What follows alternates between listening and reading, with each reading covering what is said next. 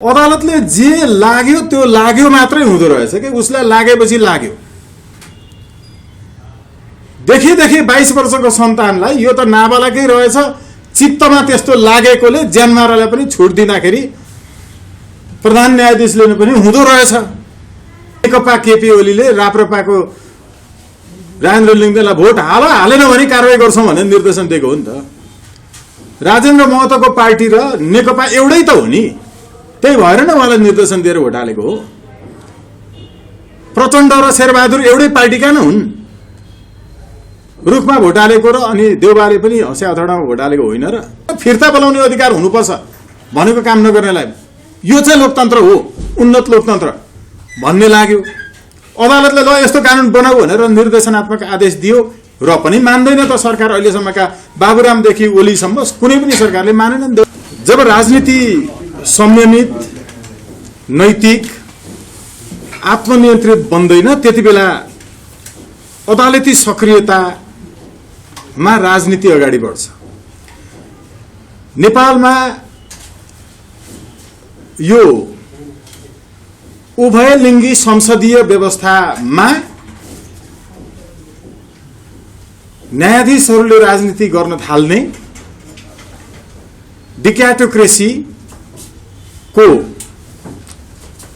एउटा दीर्घ खिल, लामो खिल जब जब राजनीति अघि बढ्न गाह्रो हुन्छ तर पनि लर्याङ तर्याङ पाइला अगाडि चाल्नुपर्छ, त्यो बेलामा त्यो डिक्याटोक्रेसीको एउटा दीर्घ खिल बल्झिरहन्छ, बिजिरहन्छ पैतालामा। त्यो दीर्घकालिक खिलराज रेग्मीबाट सुरु भएको थियो। उनी नेपाली राजनीतिको एउटा दीर्घ खिल हुन्, तर पनि त्यसको दोष भागिता चाहिँ फेरि न्यायाधीश र न्यायालयमा पहिलो चरणमा जाँदैन। त्यसको दोष भागिता राजनीतिमै रहन्छ। राजनीति निकम्मा बनेपछि, नालायकहरूले सञ्चालन गरेपछि त्यसपछि अनि न्यायाधीशहरूले विभिन्न आदेश, निर्देश, फैसलाहरूबाट राजनीति सुरु गर्छन्। मैले भनिरहनु पर्दैन कि बालुवाटारको सरकारी जमिन व्यक्तिको नाममा र न्यायाधीशको नाममा समेत गइसकेको सन्दर्भ यो अहिलेको फैसलासँग जोडिन्छ कि जोडिँदैन मैले भनिरहनु पर्दैन। तपाईले अनुहार हेर्न सक्नुहुन्छ, तपाईले घटना विवरण हेर्न सक्नुहुन्छ, तपाई हामीसँग प्रमाण छन्। ल ठिकै छ, फिर्ता भयो रे।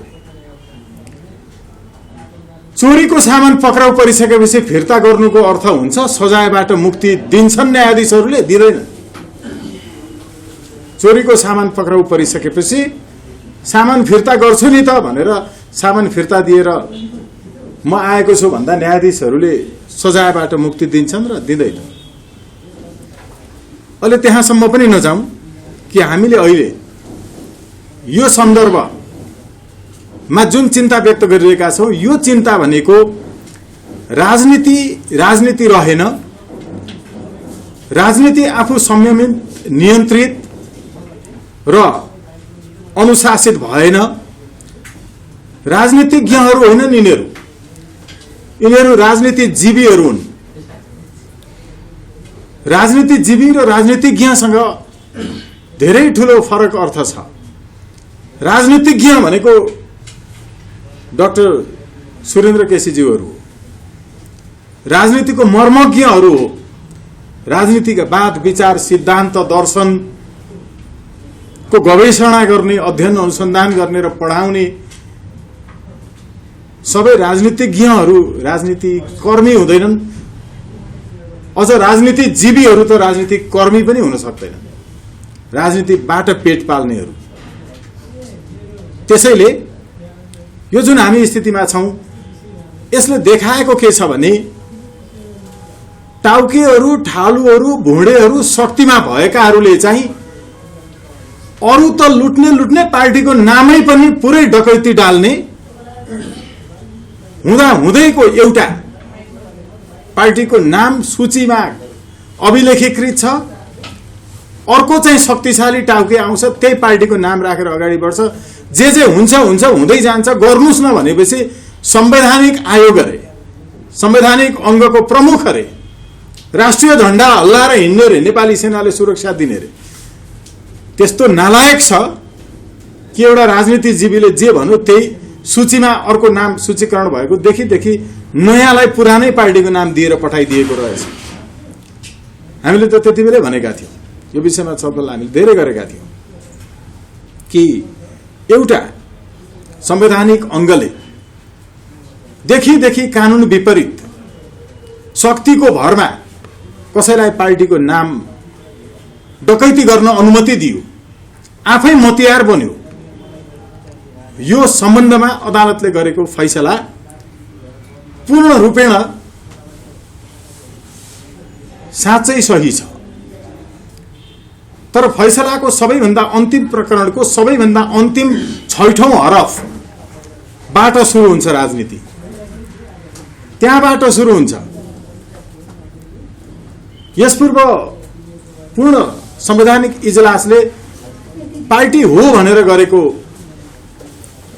जुन अर्थग्रहण छ त्यसलाई अहिलेको संयुक्त इजलासले ग्रहण गर्न सकेन होला। पार्टीको संसदीय दल एउटै बनेको थियो, त्यसै मार्फत राष्ट्रिय सभामा मतदान पनि भएको थियो। राष्ट्रिय सभाको कुनै पनि सदस्य पद रिक्त हुँदा पहिला जुन प्रक्रिया र पद्धतिबाट भएको हो त्यही प्रक्रिया र पद्धतिबाट अब रिक्त भएको पदलाई पूर्ति गर्नुपर्ने व्यवस्था छ। यसपछि कसरी गरिन्छ, कसले चाहिँ पूर्व एमाले वा पूर्व माओवादीहरूले भोट हालेर राष्ट्रिय सभामा नेकपाका लागि पुर्याएका थिए। नेकापा भन्ने बानी छ, अदालतमा नेपाल कानून पत्रिका भनिन्छ नजिर संग्रहलाई। जति बेला पनि कतिपय विद्वान मित्रहरू अदालतमै नेकापा भन्ने ठाउँमा नेकपा भनिरहनु भएको सुनिन्छ। मलाई चाहिँ यहाँ आउँदाखेरि नेकपा भन्नुपर्ने ठाउँमा नेकापा भन्न आउँदो रहेछ। कानून नजिर संग्रहका साइटेसन गर्दा भनिन्छ। सरी, हामीले अहिलेको यो सन्दर्भमा एउटा यो स्पष्ट भएको छ कि कम्तीमा सर्वोच्च अदालतले अध्यावधिक सूचीकृत पार्टीको नाम रहँदाकै अवस्थामा राजनीतिक दल सम्बन्धी ऐनको दफा 6 को उपदफा 1 को खण्ड 9 को विपरीत हुने गरी यसरी फेरि त्यही नामहरुको लागि दिनु हुने रहेनछ। अब अरूहरूका लागि पनि भविष्यमा शिक्षाप्रद दृष्टिले हामी आशारत रहौं कि यस्तो नहोला। सन्दर्भ अर्को, यी दलहरू जो छन् राजनैतिक अर्थमा चाहिँ बिहेभियरले हेर्ने हो भने नेकपा भनेको र राप्रपा भनेको एउटै त हो नि नेपाल। त्यही भएर न नेकपा केपी ओलीले राप्रपाको राजेन्द्र लिङ्गदेनलाई भोट हालेन भने कारबाही गर्छौं भनेर निर्देशन दिएको हो नि त। राजेन्द्र महतोको पार्टी र नेकपा एउटै त हो नि, त्यही भएर न उहाँलाई निर्देशन दिएर भोट हालेको हो। प्रचण्ड र शेरबहादुर एउटै पार्टीका न हुन्। रुखमा भोट हालेको र अनि देउबाले पनि हँस्या अथडामा भोट हालेको होइन र। विवेकशील साझाले राष्ट्रिय सभामा राधेश्याम दाइलाई भोट हालेकै हो नि त नेपाली कांग्रेसलाई। यो सबैले चाहिँ पालो पालो खाने मिलाउने पार्टीको नाम एउटै राखौं भनेर राखे राम्रो हुन्छ। यी सबै एउटै हुन्, बेग्ला बेग्लै नामको एउटै पार्टी हो, त्यसमा कुनै अन्तरै छैन। यो फुट्ने जुट्ने अझ त्यसमा पनि कम्युनिस्ट पार्टीको कुरा गर्ने हो भने त अघि मैले भनेको उभयलिङ्गी, त्यो उभयलिङ्गी चाहिँ यस्तो हुन्छ जसलाई यौन सम्पर्क गर्न पनि अर्को विपरीत लिङ्गी चाहिँदैन। आफैसँग संसर्ग र तपाईको समागमित भएर आफैबाट अर्को जन्मिन्छ, त्यही टुक्रिन्छ र टुक्रिएको पनि अर्को जीवको रूपमा स्थापित हुन्छ। उभयलिङ्गी जीव शास्त्रमा एउटा शब्द छ, यसको प्रकृति त्यस्तो हुन्छ। यिनीहरू कहिले टुक्रिन्छन्, गणौला बिचमा काट्दियो भने दुईटा गणौला बन्छ, दुईटा जीवितै हुन्छ। फेरि यस्ता गणौलाहरू टुक्रिए पनि जीवित, जोडिए पनि जीवित, आफैबाट आफै अर्को जन्मिन्छ, अर्को विपरीत लिङ्गी पनि चाहिँदैन। यस्तो यो संसदीय उभयलिङ्गी जोड घटाउ यसको कुनै पनि अर्थ छैन। अहिले केपी ओली बाटोमा जाँदै गर्दा गाडीबाट डङ्ग्रन लड्यो भने तपाईँ पहिला फोटो खिच्नुहुन्छ कि उनलाई जोगाउन थाल्नुहुन्छ? मानवीय हिसाबले जोगाउनु पर्ने हो। पत्रकारले त पहिला फोटो खिच्छ, उसको धर्म थियो नि त पहिला। कसैले जोगाउँछ मानवीय रूपले भने पनि त्यो जोगाउनु चाहिँ किन भन्दा पत्रकारले अन्त्यमा मरेको फोटो खिच्नैलाई हो, होइन र? संसद जोगाउनु किन, भत्काउनु किन, यो सबै कुराको हो। जोगाएर लिएर यहाँसम्म आए पनि फेरि पनि हामी त्यही स्थितिमा पुग्दैछौँ। जबसम्म यो संसदीय व्यवस्था रहिरहन्छ, जबसम्म सांसदको बहुसिटबाट सरकार बन्छ र जनताको बहुमतबाट बन्दैन, तबसम्म यस्तो भइरहन्छ। हाम्रा लागि केही मनोरञ्जनका समाचारहरू भइरहन्छन्। जनताले मेरो र तेरो नेताले जित्ने र हार्ने भयो भनेर केही समय ताली थपडी बजाइरहन्छन्। उनीहरू लड्डु खाइरहन्छन्, जनताले लोप्पा खाइरहन्छन्। यो यस्तो भइरहन्छ। अब हामी यो अहिलेको फैसलाको अर्को तात्पर्यतर्फ फर्कियौं भने सर्वोच्च अदालतले जे लाग्यो त्यो लाग्यो मात्रै हुँदो रहेछ कि उसलाई लागेपछि लाग्यो। देखि 22 वर्षको सन्तानलाई यो त नाबालकै रहेछ, चित्तमा त्यस्तो लागेकोले ज्यानमारालाई पनि छुट दिँदाखेरि प्रधान न्यायाधीशले पनि हुँदो रहेछ। जबकि चित्तमा लाग्ने कुरा त्यो मुद्दामा र जुन सन्दर्भ त्यहाँ उल्लेख गरेर फैसलामा भनेको छ त्यो चित्तमा लाग्दाखेरि प्रयोग गरिने अवस्था होइन, थिएन, छैन। जेलभित्र भएको मान्छेलाई त भगाइदिनु हो त उहाँले, हुँदो रहेछ। कानुन बाहेक सबैले नुनको सोझो गर्नु पर्दो रहेछ। कानुनले चाहिँ नुनको सोझो गर्नु पर्दो रहेछ। जहाँ जहाँबाट नुन आएको छ यो भन्दा धेरै नबोलौँ होला। यसो देखि प्रमाण छ तपाईको चाहिँ केन्द्रीय समिति छ त्यो नेकपा भन्नेको, नाम पो मिलेन त, नाम पो दिन नमिल्ने नाम दियो त। हेर्नुहोस् है, मागेको चाहिँ फेरि के हो? मेरो नाम यिनीहरूले डकैती गरे, मेरो नाम मसँगै हुनुपर्छ, यति नै भने हो। तिनको नारायण गरिदिने काम त फेरि अदालतको होइन। अब यसको पछाडि तपाईँले हेर्नुभयो भने मुद्दाहरू किन निश्चित समयमा नियोजित ढङ्गले बिना कुनै कारण साप्ताहिक पेशी सूचीमा चढिसकेकोलाई पनि स्थगित गर्दै ल्याएर लामो समयपछि फैसला गरिन्छ, जसको विषयमा कहीँ कतै कुनै रिट लाग्दैन। तपाईलाई थाहा छ, आफ्नै परिवारका सदस्यहरूबाट बलात्कृत भएका चेलीहरू, सामूहिक बलात्कारमा परेका चेलीहरू न्यायाधीशहरूले नै छोडिदिएपछि ती चेली चाहिँ मुन्टो लुकाएर घुम्टो ओढेर सर्वोच्च अदालत अगाडि न्याय माग्नका लागि रुँदै रुँदै जाँदा बलात्कारी चाहिँ हाँस्दै हाँस्दै उनको अगाडि हिँडिरहँदा कति पीडा हुन्थ्यो होला। त्यति बेला उनलाई लाग्दो हो कि यो अदालत भत्काएर यहाँ त्यो कस्तो छ भने फेरि बालिकैमा बलात्कृत हुनु परेको कारणले उनको पिसाब अडिँदैन, त्यस्तो भएकी छन्। पिसाब अडिँदैन उनको अगाडि आफूले बलात्कार गर्ने मान्छे न्यायाधीशले छोडिदिएको कारणले हाँसे हाँसे उनलाई गिज्याउँदै हिँडिरहेको छ। त्यो पिसाब नअडिएको बेलामा उनलाई यो अदालत भत्काएर यहाँ सार्वजनिक शौचालय बनाएको भए राम्रो हुन्थ्यो होला भन्ने लाग्छ होला। यस्ता धेरै सन्दर्भहरू छन् जहाँ यति लामो समयपछि फैसला गर्नुका केही मकसदहरू सहित आउने गर्छन्। हामी सबैलाई थाहा छ कुन कुन फैसला गर्ने, कुन कुन न्यायाधीश कुन कुन पार्टीका कोटामा परेका हुन् भन्ने पनि अत्यन्त गम्भीर विषय छ। त्यसो भएको हुनाले यो समग्रतामा हामीले हेर्ने के हो भने कति बेला यो डिकाटोक्रेसी, यो न्यायाधीश तन्त्र, जुरिस्टोक्रेसी, विधिशास्त्री तन्त्र कति बेला चल्छ, यो भिड तन्त्रमा चल्छ। भिड तन्त्रको एउटा प्रमुख विशेषता के हो भने जसले जे काम गर्नुपर्ने हो उसले त्यो काम गर्दैन। पत्रकारले पत्रकारिता चाहिँ राम्रो जान्दैन, अरु चाहिँ सबै जान्दछ। वकिलले वकालत चाहिँ राम्रो जान्दैन, अरु चाहिँ सबै जान्दछ। ल मलाई नै भन्नुस् न, किन यो भाषण गर्दै कुरा गर्दै अभियान भन्दै तपाईको होइन राइट टु रिजेक्ट भन्दै सर्वोच्चमा रिट हाल्दै अनि हिँड्नु परेको भने राइट टु रिजेक्ट भनेको पार्टीहरूले गुण्डाफटा बलात्कारी उम्मेदवार उठाए भने तिनलाई बहिष्कार गर्न पाउने अधिकार भएपछि मात्रै लोकतन्त्र हुन्छ भन्ने लाग्यो। त्यसो त 2008 सालमा प्रधान न्यायालय भयो, 13 सालमा सर्वोच्च अदालत भयो, अहिलेसम्म कोही वकिललाई लागेन। हामीले लिएर जाँदा पनि हाँस्थे मान्छेहरू, त्यति बेला गिजियानहरू अहिले त चाहिने नै रहेछ भन्छन्। अनि यो काम गर्छु भनेर जितेर जान्छ, त्यो काम गर्दैन, फिर्ता बोलाउने अधिकार हुनुपर्छ भनेको काम नगर्नेलाई यो चाहिँ लोकतन्त्र हो, उन्नत लोकतन्त्र भन्ने लाग्यो।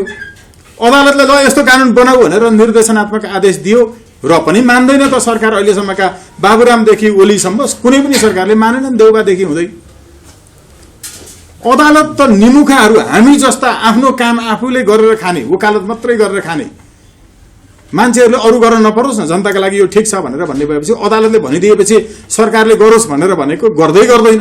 अब नगरेपछि जनतामा यो कुरो भन्न जानु पर्दो रहेछ। 10 वर्ष अगाडि हामीले चाहिँ इस्टाब्लिस गरेको त्यो प्रिन्सिपल अहिलेसम्म लागू नगरेपछि जानु परेन। यो सबै शासन व्यवस्था राम्रो थियो भने म त वकालत मात्रै गर्थेँ नि त। डर साहबलाई यो सारा कराउँदै हिँडिरहनु पर्थ्यो र एउटा प्रतिष्ठित प्रोफेसर, मुलुक चलाउने मान्छेहरू, उहाँले पढाए बमोजिमको देश चलाउने मान्छे थिए भने कस्ता कपुतहरू जन्माउनु भएछ यत्रो वर्ष युनिभर्सिटीमा पढाएर। त्यसकारण अनि आफै हिँड्नुपर्ने स्थिति आउँदो रहेछ बोल्दै कि उहाँले जे काम गर्नुपर्ने हो, मैले जे काम गर्नुपर्ने हो त्यो काम नगरेर अर्कै काम गरेँ भने जनताले हाइहाइ गर्छ। भिडतन्त्रको यो विशेषता हो है, यो मेरो भनाइ होइन। डक्टर साहब पढ्नु भएको छ। आइटी फ्रोलोप संसारको सबभन्दा पहिलो दर्शनशास्त्री, दर्शनशास्त्रको उहाँले चाहिँ दर्शन कोश लेख्नु भएको छ। उहाँले भिडतन्त्रको व्याख्या गर्नु भएको छ। के भन्नुभएको छ भने भिडतन्त्रमा पत्रकार जस्तो हुँदैन, त्यो चाहिँ पुलिस जस्तो छापा मार्दै हिँड्छ ठाउँ ठाउँमा क्यामेरा बोकेर। अनि पुलिस फेरि पुलिस जस्तो हुँदैन, त्यो चाहिँ फिल्मको हिरो जस्तो हुन्छ, फेक इन्काउन्टर गर्दै हिँड्छ र बडुवा पड्काउँछ। त्यसैले स्कुलमा भर्खरै बच्चा पुर्याएर आएको दुध लिएर आउँदै गरेको एउटा मान्छेलाई डन भनेर राजधानी जस्तो मुख्य सहरमा फ्याटे गोली हानेर मारिदिनुपर्छ, 25 जनाले समाउन सकिँदैन। यस्तो फेक इन्काउन्टर गर्दै हिँड्छ, हिरो पल्टिँदै। यो भिडतन्त्रको विशेषता हो। अनि न्यायाधीश फेरि न्यायाधीश जस्तो हुँदैन। कानुन र संविधान त न्यायाधीशले पनि मान्नुपर्छ, किनकि संविधान अन्तर्गत शपथ खाएका हुन्छन् न्यायाधीशले। त्योभन्दा अगाडि बढेर डिमार्केसन क्रस गरेर फैसला आउँछ र खास गरिकन झ्यालबाट बाहिर हेरेर बाहिरको जुलुस कत्रो छ भनेर फैसला आउँछ। यो भिडतन्त्रको विशेषता हो। यी जतिले जे गर्छन् यो सबै थोक देखेर शासन चलाउने, सरकार चलाउने प्रधानमन्त्रीलाई पनि के लाग्छ भने सबैहरू सबै फरक फरक हिरोइक ढङ्गले आइरहेछन्। अनि उनी पनि संसदले बनाएको कानुन बमोजिम सरकार चलाउँदैनन्, अध्यादेश मार्फत चलाउँछन्। अध्यादेश तन्त्र भन्छ, डिक्रिक्रेसी भन्छ, हुकुमी तन्त्र। त्यो हुकुमबाट शासन चलाउन खोज्छन्, अध्यादेश ल्याएर त्यो पनि फेल खान्छ, सबै फिर्ता लिन्छन् फेरि। तर यो सबैमा चाहिँ के हुन्छ भने जसले भिडतन्त्र यस्तो हुन्छ भनेर देखाउँछ त्यसको चाहिँ विरोध हुन्छ। किनभने त्यो भिडतन्त्रमा राज्यप्रति यस्तो धेरै ठुलो अपेक्षा हुन्छ जनताको, त्यो अपेक्षा पूरा गर्न सक्दैन राज्यले, तर ठुल्ठुला आश्वासन दिएको हुन्छ। अपेक्षा पूरा गर्न नसकेपछि राज्यले गर्नुपर्ने काम नगर्दा अनि पत्रकार प्रहरी जस्तो बनेर जान्छ र जनतालाई अलिकति भए पनि राहत हुने, आहत भएको ठाउँमा अलिकति मलम लगाउने खालको कामहरू गर्छ। काम गर्दैन अनि त्यहाँ पत्रकार पुगेर चाहिँ हस्तक्षेपकारी ढङ्गले काम गर्छ। अभियन्ता त्यस्तै हुन्छ, हस्तक्षेपकारी ढङ्गले काम गर्छ। तर त्यसप्रति जनताको सदाशयता नै हुन्छ, किनकि राज्यले अपेक्षा पूरा गरेको हुँदैन। तर त्यो अभियन्ताले, पत्रकारले, यो पुलिसले जे काम गरेको हुन्छ त्यो चाहिँ अरूले गरेका अन्यायहरूलाई अलिकति भए पनि हस्तक्षेपकारी ढंगले नियन्त्रण गर्नका लागि भूमिका खेलेको हुन्छ। खासमा त्यो काम चाहिँ उसको कानून विपरीत हुन्छ। हो, यसो भनेर अधिवक्ताहरू, विश्लेषकहरू, लेखकहरू पनि बोल्न सक्दैनन्। बोल्यो भने त्यसैको डरनाचो कोचेहाल्छ। यो भिडतन्त्रको मूल विशेषता हो। र हो, यो भिडतन्त्रबाट चलेको मुलुकमा यो डिकाटोक्रेसी, जुरिस्टोक्रेसी हाबी हुन्छ। अहिले कतिपय मान्छेलाई लागेको छ, तिग्रा पनि ठटाइरहेका छन् कि दुईटालाई फुटाइदियो अदालतले। केपीएललाई फुटाउन पनि गाह्रो भएको थियो, अदालतले फुटाइदियो, ढुक्कै हो। यो सम्पूर्ण कुरा चाहिँ फेरि कहाँ हुन्छ भने संसदीय व्यवस्था भएको मुलुक जहाँ जनताले आफ्नो प्रतिनिधि चुनेका हुँदैनन्, विदेशीले चुनेका हुन्छन्। अहिलेसम्म पनि विदेशीकै प्रतिनिधि हुन्। अझ केपी ओली त नेपालको सबैभन्दा अहिलेसम्मको आधिकारिक रूपमा विदेशीको चाहिँ एजेन्ट हुन्। संसारमा केपी ओली मात्र यस्तो मान्छे हो जो सरकारको प्रमुख भएर आफ्नै देशको कुनै पनि परराष्ट्र मन्त्रालयको मान्छेलाई पनि थाहा नदिइकन राति विदेशी जासुसी संयन्त्रको प्रमुखसँग भेट्छ। एउटा मात्रै केपी ओली हो यो धरतीमै। यस्तो मान्छे एजेन्ट, कर्मचारी नभएर को हुन्छ त? उहाँ नै हो नि त। यो प्रमाणै त्यही हो। त्यसकारण विदेशीहरूले चलाउने यो सम्पूर्ण कुरा चाहिँ अहिलेसम्म त्यो अदालतमा सुरु भएको यो जुरिस्टोक्रेसी जुन छ, यसको अन्त्य संसदीय व्यवस्थाको अन्त्य पछि मात्रै सम्भव छ। त्यसैले हामी अहिलेसम्म व्यवस्थाहरू परिवर्तन भएका छैनन्। व्यवस्था परिवर्तन गर्नतर्फ लाग्नुपर्छ र यसको दीर्घकालिक समाधान चाहिँ आउँछ।